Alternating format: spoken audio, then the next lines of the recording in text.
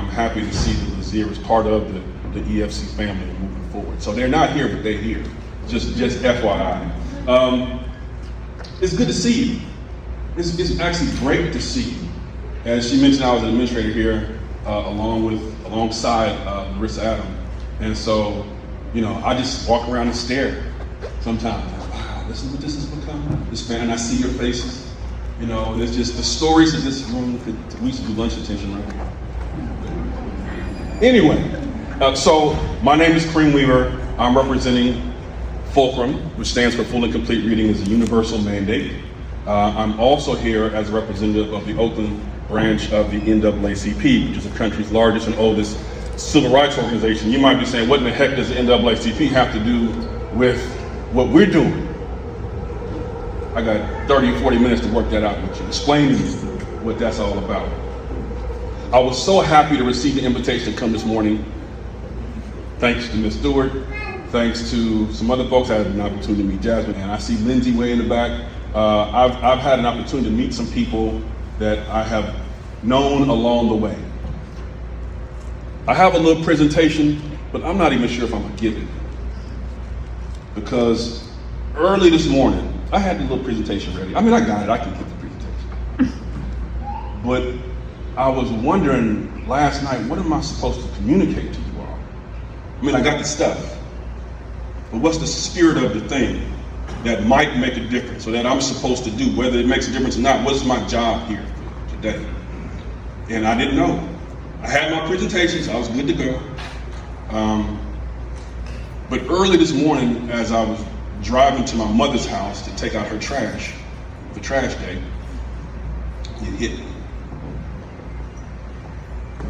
And I started shouting in the car, tried to clapping and singing and everything, got my phone on to this particular song. It's an old song, y'all don't know about this song, old song. And I'm singing, I was like, oh, that's what it is. Let me ask you a quick question. Can I have everybody stand up, please? Just quickly stand up. I have a question to ask you all. If you were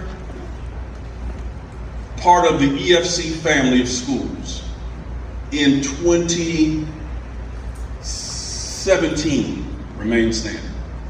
Everybody else sit down.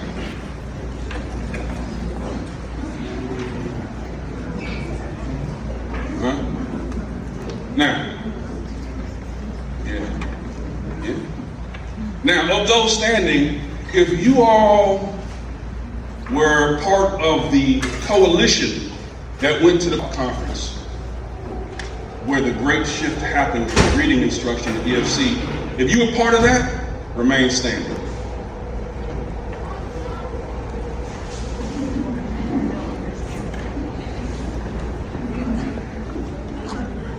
Come on, look.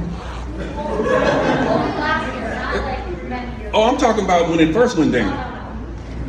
I got anybody? I guess he was right. That's why I'm here. Okay. Unless she's, oh no, she just looking for a secret. All right, so let me be quick about this, then I'll get to the little slide that goes there. So real quick, do you know the story? What happened? See? I'm telling you, most of the number one thing in schools that we need is like messaging, marketing, there's no institutional memory. So the former CEO, Hasten Thomas, was just as confused and frustrated as everybody else. Nobody knew what to do around literacy. Everybody was struggling. Everybody. District schools, charter schools, majority black schools, majority brown schools, everybody. No kids were really reading. And the sad part is nobody was really tripping. It's kind of like we were just doing school. When you got 20% of kids reading, when I got to the zero, it was like 8%. So they had a coalition of people, they in EFC, went down to the Standards Institute, Unbound Ed is the group, and they do this thing every year, and they break down the standards. And it blew their mind. It blew their mind. And what they learned was that they weren't really doing literacy correctly. They had to make some changes. The changes were going to be hard. The changes were going to cut deep. The changes were going to get inside people's chests, because people identify with how they do their job. They identify with their pedagogy and all their belief systems. They identify, I'm an educator. Are you telling me I'm not doing something? And so they knew it was going to be rough when they came back and told people, hey, listen, we're going to make this change. We're going to throw everything out. We're going to start anew. And they were right. Now, I know EFC is a unified system, at least it was, like you guys are part of CTA, I believe. So on top of everything else, there were other considerations that you can't just throw something at people. They're going to have feelings about this. But the former CEO decided, you know what, I don't know how long we'll be here. This is the right thing to do. I'm not going to leave this for the next person to do. We're going to make this switch, come heck or high water, it's going down. And it went down. I mean, it was an uproar. How are you just going to change it? You didn't even ask, you didn't even ask us, where's our feedback? Where's the KWL chart? This and that and the other, the 5 whys, and where's our group meetings and all this? Hazel's like, no, this is what we're going to do. We're going to move this way. This is good for kids. We're going that way.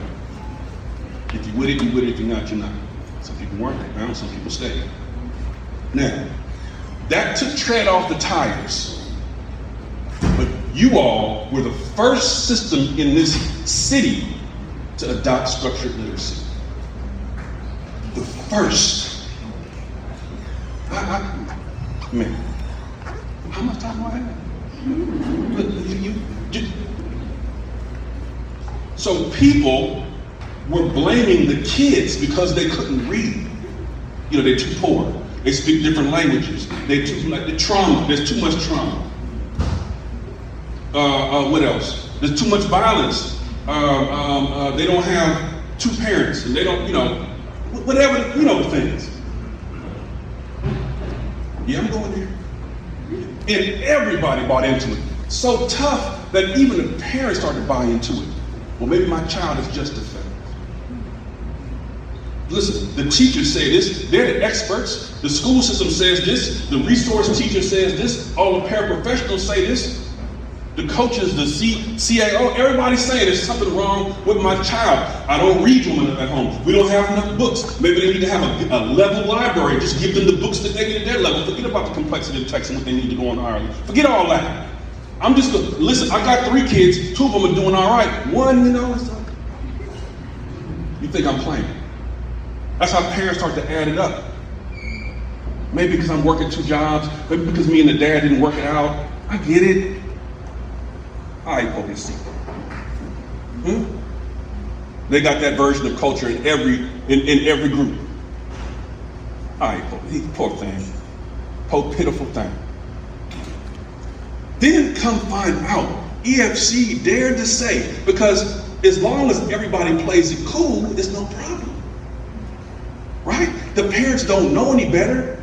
So if we just circle the wagons and make it seem like this is the right way to do it, then they'll think it's on them. None of it will blow back on us. I'm telling you, I've worked with school districts and systems and senators and all across the country. This is the attitude. How dare you open up Pandora's box? There's liability in that box. There's blame in that, there's shame in that box. Because if there's a better way to do it and we're not doing it, what does it say about me as a professional? I'd rather them not know and look in the mirror than know and look at me. So EFC dared to say, nah, you know what? According to the research, we just been teaching it wrong. We learned it a certain way in graduate school. Our mentor teachers taught us a certain way. The books say a certain way. The ennui, the culture says a certain thing in education, and we bought in. The parents bought in. The after school program, the counselor, everybody. And we're gonna make this hard shift. You know what happened? Y'all don't know? For real? If you know what happened, raise your hand. Yeah, who's that? I can't get back there with the man who got your baby with you. You want to tell him or you want me to tell him?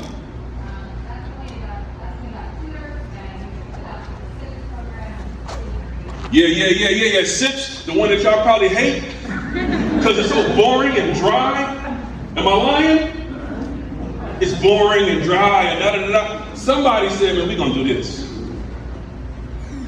Man, I took a group of people from the NAACP, from the mayor's office. I brought a congressman down. I brought a couple people from Oakland Unified. Now, you know, Oakland Unified charters and this. I brought somebody from the teachers union on the under, because they couldn't, you know, officially they couldn't be there, but unofficially they wanted to see. And they saw them doing SIPs. I was the former principal, so they kind of gave me some grace. You know, hey, this is my friend. You know. And some community members. Cynthia Adams, who's a chair of the Education Committee, second vice president, Oakland NAACP, all about black kids. I'm just saying, that's Cynthia's profile. And so she went in there and she saw all these bilingual, all these kids who were learning English doing SIPs. And she was like, what is this? Kareem, they learning to read. Kareem, did you see that? These kids, they don't hardly speak English. They was in there starting to read. Now, and I'm going to paraphrase this. Why the hell are our kids? And she went on from there. That's why I love this Adams. And we made up our mind at the NAACP that we need everybody on this. Now, it might be SIPs, it might be something else. I know some other schools are doing different things. Fine. I know there are bumps in the road. I know some of that stuff is boring. It's dry. But I don't work here anymore. I can tell it like it is. It's dry. You the educator. It shouldn't be dry in your hands.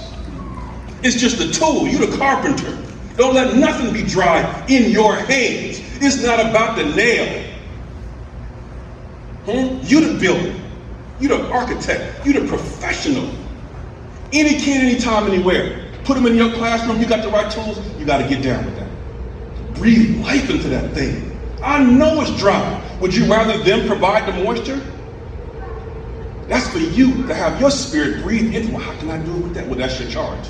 That's why you work together collaboratively in your grade level teams and all this. I'm so off script, I don't even know what the thing is. But listen, I know what it is. I know what it is. And so I just want to share with you the history. Now, what happened as a result of that? As a result of that, kids started to read. I looked at the test scores for the last one on the state reported site where it said 55% of the kids in EFC were reading at grade level, all this. Man, y'all don't even realize that's just a start. I know the secret. That's 50-something% or 53%. That's 53% with, you know, mostly new people. Don't know why we doing what we doing. Half bought in. Halfway do the thing and not do the thing. Come on, man, talk back to me. I already know. I'ma do it. Ish. I'ma do it. You know what I'm saying? You know what I'm saying. I know the people here, y'all don't nod. They looking at me. I get it. But I know it. To your credit, at least you're not doing it. Because some folks, they just not doing it, but not y'all. Y'all are at least, for the most part, doing it. And then there's the real level of fidelity. There's the real level of, am I going to put my foot in this thing? When there's a cook and then there's a real cook. The difference between 50% proficient and 80% proficient is for you to bring your full self to the table, even if just out of curiosity. Okay, let me go on with this. I know y'all didn't ask me to say that, but you know, this is family and they here, so.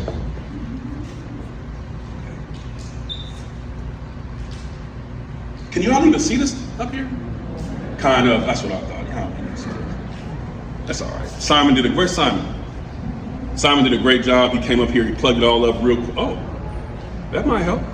Okay, all right, okay. All right. EFC in the house. Interesting.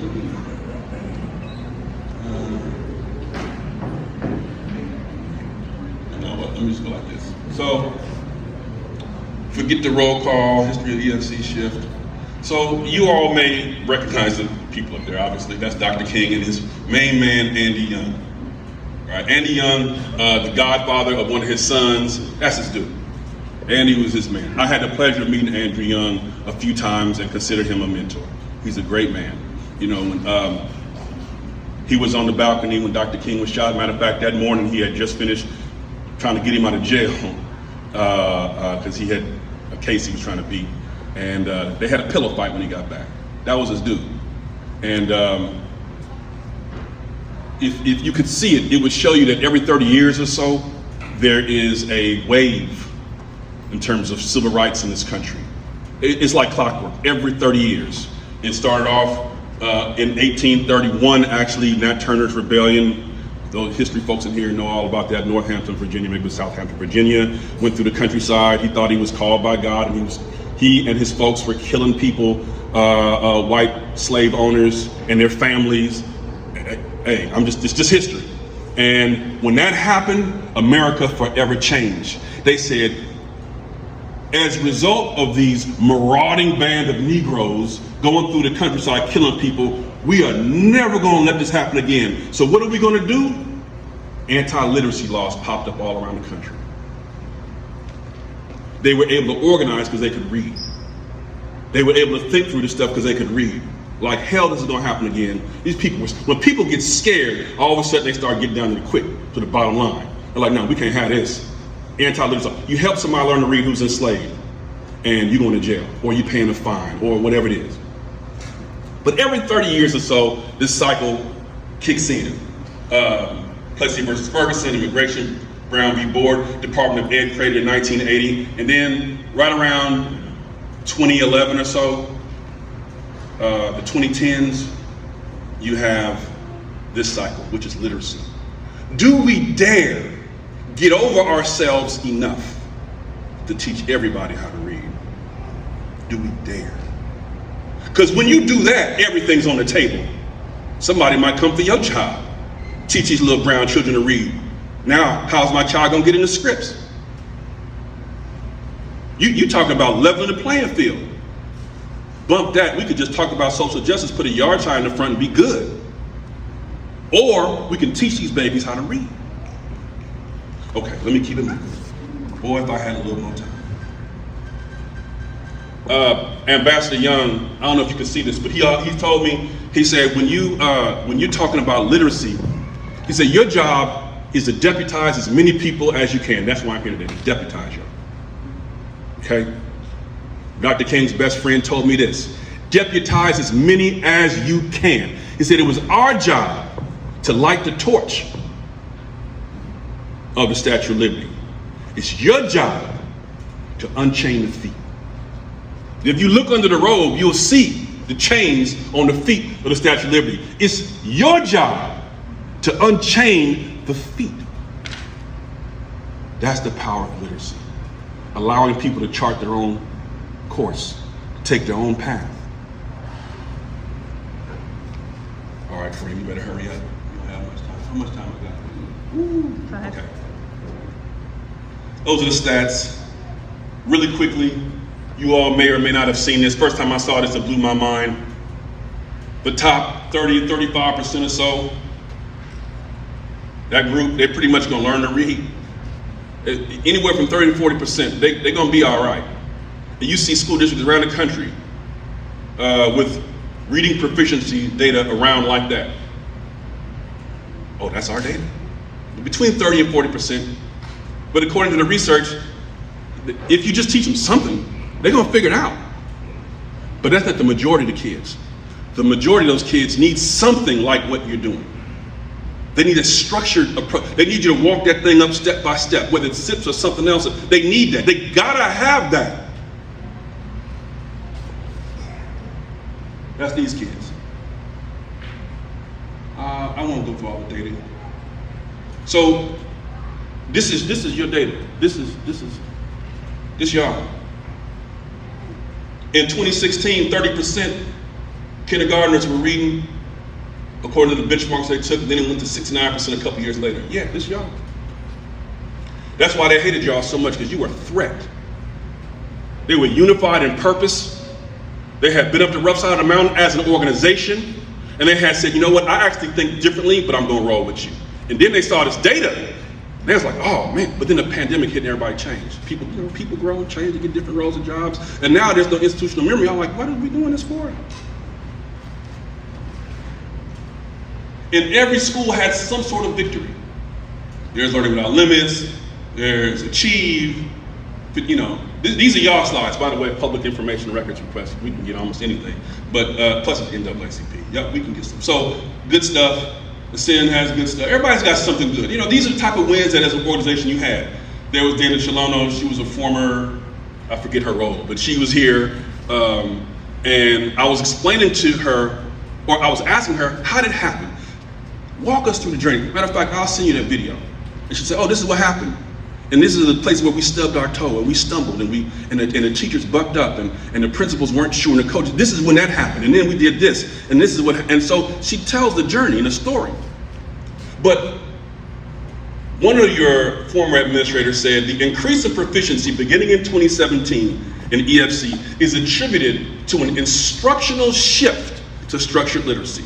I know that in some of your graduate schools, that it might have been balanced literacy, it might have been it might have been Montessori method. There's all kinds of things that we're teaching in grad schools. In fact, as I sat with the dean over and the professors were there, and I saw them arguing with each other. The methods one teacher arguing with the methods two teacher. You were there. You remember that? Just debating. They don't know. And they're the ones teaching the teachers. So then you come in like what you're supposed to do. That's the secret at university level. Everybody thinks they know. They don't know. If they know, things wouldn't be the way they are. So anyway, this former EFC staff member said, look, becoming fluent decoders ensures students can successfully grapple with complex text in third grade and beyond. It's not that boring stuff you're doing in K2 is forever, but they got to get that stuff down so that they can hit the complex stuff. So they can comprehend and work with the complex text. And that goes all the way up.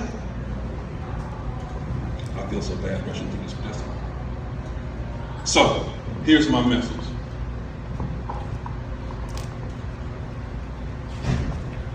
When I was in my car, it's this old song. I'm not gonna make you sing, but it's this old song. It's called Don't Let Your Light Go Out. That's my message to you, EFC.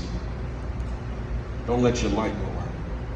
The song says there's somebody down in the valley trying to find their way home. Somebody's looking at you. Then the song says, now this is an old song from my heritage. And they say, it may be your mother, may be mine. Maybe your father, may be mine. Maybe your sister, may be mine. Maybe your brother, maybe mine. Don't let your light go out. Trying to find their way home. This whole city is looking for light around reading instruction. They're lost. We're working with them hard at the NAACP and with FULCRUM. Hard. That's half the reason why we haven't been troubling you all too much, because we know you guys are on the right track. But we also know that you're an institution. Teachers come and go, educators come and go. People don't even remember why they're doing what they're doing. I get it, but don't let your light go out. I know it may not be exciting and thrilling. My challenge to you is to make it so. You got the Midas touch. You can debate, you can argue, good, robust conversation, that's all wonderful.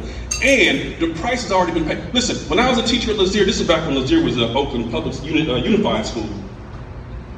I had, if you only knew, the lowest school in the system, all but 2 of our teachers had been priority placements, meaning they had come from somewhere else because of some things that had happened. I had an educator and they had become cynical and jaded. And they were more concerned, many of them, with protecting themselves than with being vulnerable. So I had to figure out, and this is to you administrators, I had to figure out how to speak their frequency. I had to put myself on the back burner. I, as a black man, felt like I should be able to come and talk to you about how to serve these brown children best. You should be listening to me. Because I didn't came up the rough side of the mountains. I did prison work. I know what the price is that their communities and their families are going to have to pay. So I don't have time. So this is where, the former CEO and I disagreed. Her mindset was, I don't have time. My thing is, you got to make time.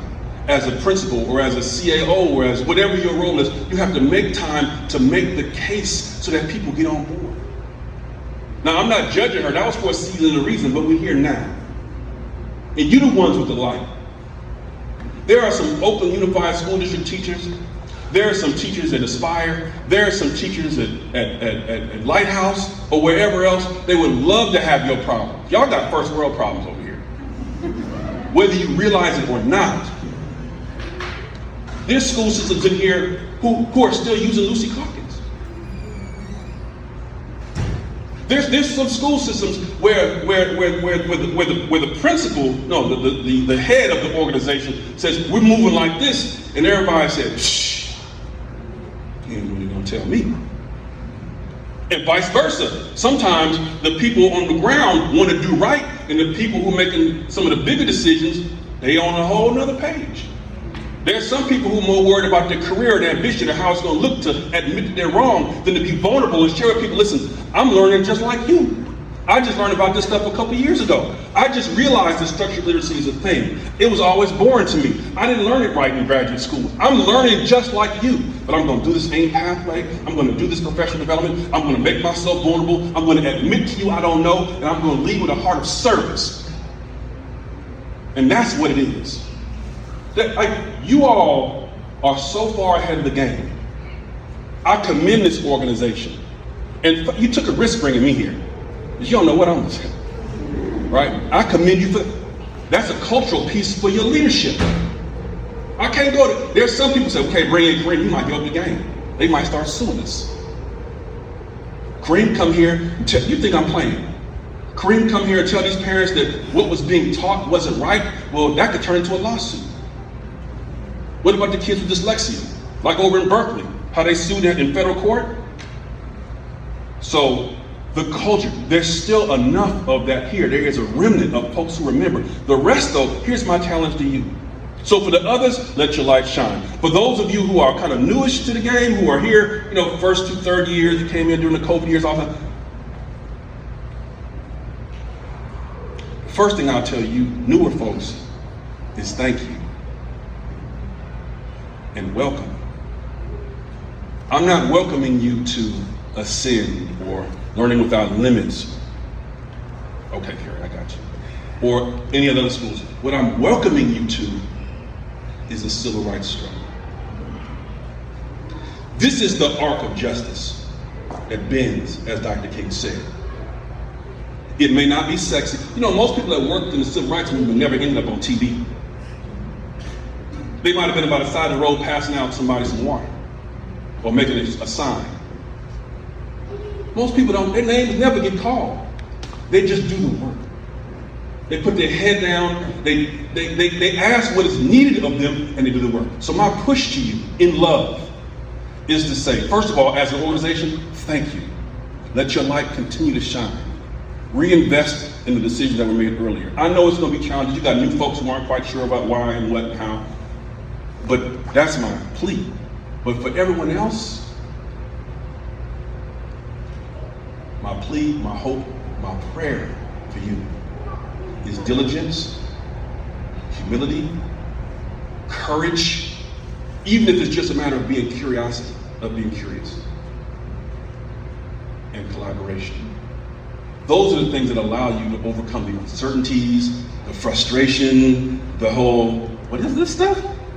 Right? It's those things. So look, we at FULCRUM, we love to support networks that are doing the right thing, and we love to be partners with EFC in any way we can. And we are continuing to partner with them in AIM pathways and some. There's some things that we're doing behind the scenes. Talk to your folks about it. It's good to see Lindsay here, who I work with, the new leaders, and some other folks. I love you from a very deep and personal place. I love this institution, the sacrifice that has been made so that you can now come in and fill the gaps and do the things. So thank you for having me. Thank you for inviting me. I wish you all nothing but the best in serving our children. Go get them, EFC. Go get them.